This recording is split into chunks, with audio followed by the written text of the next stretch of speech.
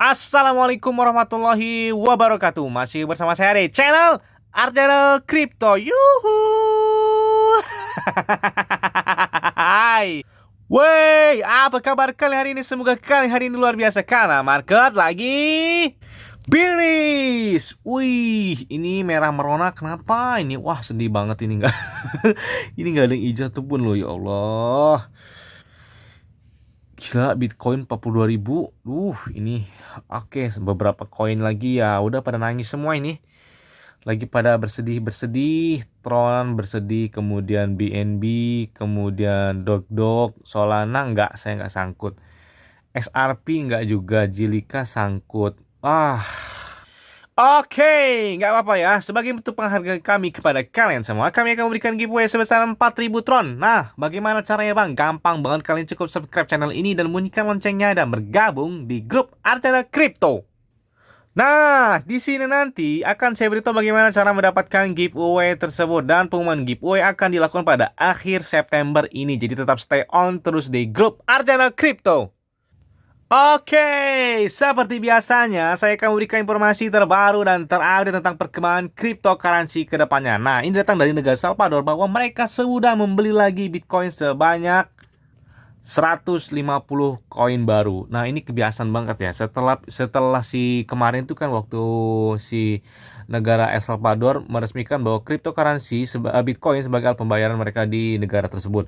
Nah, baru ini naik sampai ke 52.000 atau 51.000 ya, 52.000 berapa, kita hampir mendekati 53.000. Beberapa jam kemudian setelah mereka bilang mereka meresmikan Bitcoin sebagai ini alat transaksi di negara mereka, setelah itu harga Bitcoin langsung jatuh sampai ke 43.000 pada hari itu ya.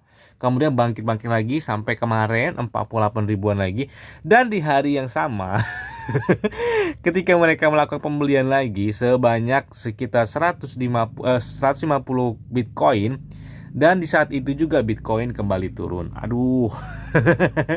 Oke lah ya, nggak apa-apa lah, ini biar sehat ya. Jadi jangan naik terus baru ada turunnya juga ya. Oke. Nah, jadi dalam 24 jam terakhir ini pasar kripto ini menukik 24 jam yang sangat luar biasa, sampai turun sampai 15% penurunannya sampai 42.000 berapa ya. 42.100 waktu kemarin pas kita lihat, waduh dalam banget ya setelah itu. Nah, sebenarnya apa sih dampak sebenarnya? Jadi ada beberapa analis itu memprediksi, kemudian juga Menteri Keuangan Amerika Serikat bahwa berbicara ada beberapa dampak yang membuat turunnya beberapa cryptocurrency termasuk Bitcoin dan altcoin lainnya. Nah, di sini ada beberapa peringatan, yaitu yang pertama adalah gejolak ekonomi telah muncul. Misalnya outlet berita merinci bahwa Amerika Serikat mungkin gagal membayar kewajiban keuangan yang dapat berubah menjadi krisis keuangan lainnya. Kemudian Menteri Keuangan Amerika Serikat Janet Yellen telah memperingatkan jatuhnya plafon utang, selanjutnya pasar saham global berada dalam zona merah karena saham Evergrande China jatuh seperti batu. Saham Evergrande melihat level terendah 11 tahun dan spekulan mengklaim keuntungan Evergrande bisa seperti krisis Lehman Brothers berikutnya. Waduh, nah inilah dia bilang gara-gara si Evergrande China ini turun seperti batu, katanya jatuhnya seperti batu, artinya berarti kencang banget turunnya.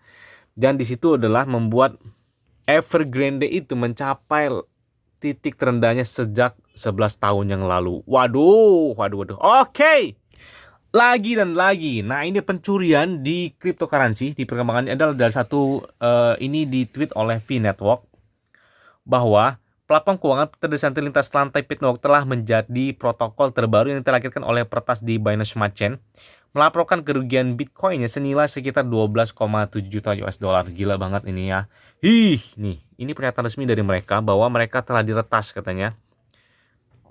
Kami mohon maaf untuk memberitahu komunitas bahwa penyerang dapat memanfaatkan bug di basis kode kami dan menyerang PBTC dan BSC, mencuri 277 Bitcoin sebagian besar jaminannya. Jembatan lainnya tidak terpengaruh, semua dana lain di Petwork aman. Walaupun diretas kata dia, tapi dana investor dia berusahakan itu aman. Artinya mungkin bisa digantikan lah, artinya mungkin seperti itu. Jadi nggak perlu khawatir, itu buat menenangkan aja mungkin ya. Tapi nggak tahu lah, kita tunggu aja nanti ya. Kemudian di sini dia juga mengatakan, tapi di sini belum merinci ya, Tim Piranok belum membahas apakah mereka berencana untuk mengganti biaya pengguna yang terkena dampak ini. Semoga aja dari mereka akan mengganti lah, kasihan lah ya, jangan lah ya kalau nggak diganti ya, itu karena memang kita kan sudah percaya sama platform mereka ya, seperti kita percaya kita naruh wallet kita atau dompet kita di beberapa exchange, itulah jangan lah ya kalau nggak diganti. Oke. Nah, ini datang dari negara opa-opa Korea. Jadi hampir 70 pertukaran kripto di Korea Selatan mungkin harus menangguhkan layanan. Jadi artinya bakal ditutup di negara mereka. Jadi batas waktu ini untuk mendaftar ke unit intelijen keuangan Korea Selatan adalah 24 September. Jadi jika beberapa platform atau exchange tersebut sampai 24 September tidak ada yang mendaftar, bahwa platform mereka akan ditutup di negara opa Korea tersebut. Oke. Berarti ini aduh bisa sampai tanggal 24 ini ya. Aduh, foodnya masih kita tunggu dulu ya. Mungkin nanti setelah dia secara resmi di Korea Selatan menutup beberapa exchange tersebut, mungkin terlongsor lagi atau bagaimana, kita tunggu aja ya. Jadi siapin dananya buat serok ya, jangan nangis. Tapi sama nih kayak saya ya. Pada bulan April, pejabat dari Badan Pengatur Keuangan Utama Korea Selatan, Komisi Jasa Keuangan atau FSC, mengumumkan bahwa semua bursa di negara tersebut harus mendaftar ke unit penegakan anti pencucian uang FSC. Ya. Pertukaran diberi batas waktu sampai tanggal 24 September untuk menyelesaikan proses pendaftarannya yang mencakup membuktikan kemitraan dengan agen keamanan internet dan bank untuk memastikan mereka memenuhi persyaratan kenal pelanggan atau KYC-nya. Sejauh ini hanya 4 bursa yang terdaftar, kata dia. Cuma Abit, kemudian Bitab, kemudian Coin1 dan Corbit yang sepenuhnya terdaftar dan memenuhi persyaratan KFIU. Menurut Reuters, 40 bursa belum terdaftar sama sekali dan mungkin berhenti beroperasi pada hari Jumat. Aduh, ini kan, ini yang membuat vote lagi nantinya di minggu ini juga, ini tanggal 24 September nih. Ini 21, tinggal 3 hari lagi, 3 hari 4 hari lagi. Aduh. Jadi, pihak berwenang atau kepolisian Korea Selatan akan mengancam akan memblokir situs pertukaran yang tidak terdaftar setelah batas waktu sampai tanggal 24 September. Nah, jadi sampai nanti tanggal 24 September berarti beberapa exchange itu sebanyak 70 itu kalau misalkan nggak ngedata sampai tanggal 24, ya udah pihak berwenang di Korea Selatan itu bakal menutupnya. Aduh. Nah, kemarin kan sempat heboh nih bahwa Turki ini memprediksi bahwa bakal mengadopsi Bitcoin juga. Dan ternyata ya, kalau kita lihat di sini bahwa semangat yang diabadikan di negara Turki tersebut bahwa tidak berlaku untuk cryptocurrency, seperti yang ditegaskan kembali oleh Presiden Turki Recep Tayyip Erdogan baru-baru ini, bahwa kami sama sekali tidak berniat merangkul cryptocurrency, kata si presidennya.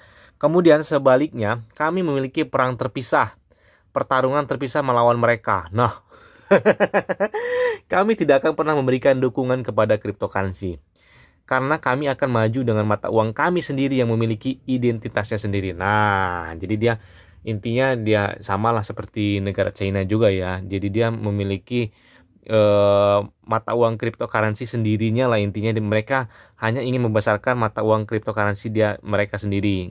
Mereka nggak akan mengadopsi Bitcoin sebagai mata uang pembayaran di negara mereka. Kemudian mantan Perdana Menteri Turki Binali Yildirim dan Wakil Ketua Partai AK menindaklanjuti dengan menjelaskan bahwa cryptocurrency memerlukan pengawasan ketat karena potensinya risiko. Ini seperti penjualan masa depan fiktif, kata dia. Memang benar sih ya, nggak tahu kita kan Bitcoin itu bentuknya apa atau apa, karena jumlahnya cuma angka aja yang kita tahu ya. Oke. Jadi harus pegangan nih, ini harus siapkan duit ini ya, biar serok dari bawah ini. Tapi yang sangkut ya udah sabar aja. Oke, jadi kalau kita lihat ini riwayat kenaikan dan penurunan Bitcoin dari tahun ke tahun sejak tahun 2011 sampai dengan 2021. Rata-rata pengembalian pada bulan September ini adalah minus 7%. Kemudian juga pengembalian juga tetap minus 7%. Nah, ini dimuat dari Kraken dari tahun 2011. Nih kalau kita lihat di sini 2011 dari Bitcoin harga di bawah $1 apa di atas $1, pokoknya segitulah ya. Sampai dengan saat ini sudah mencapai 600 jutaan.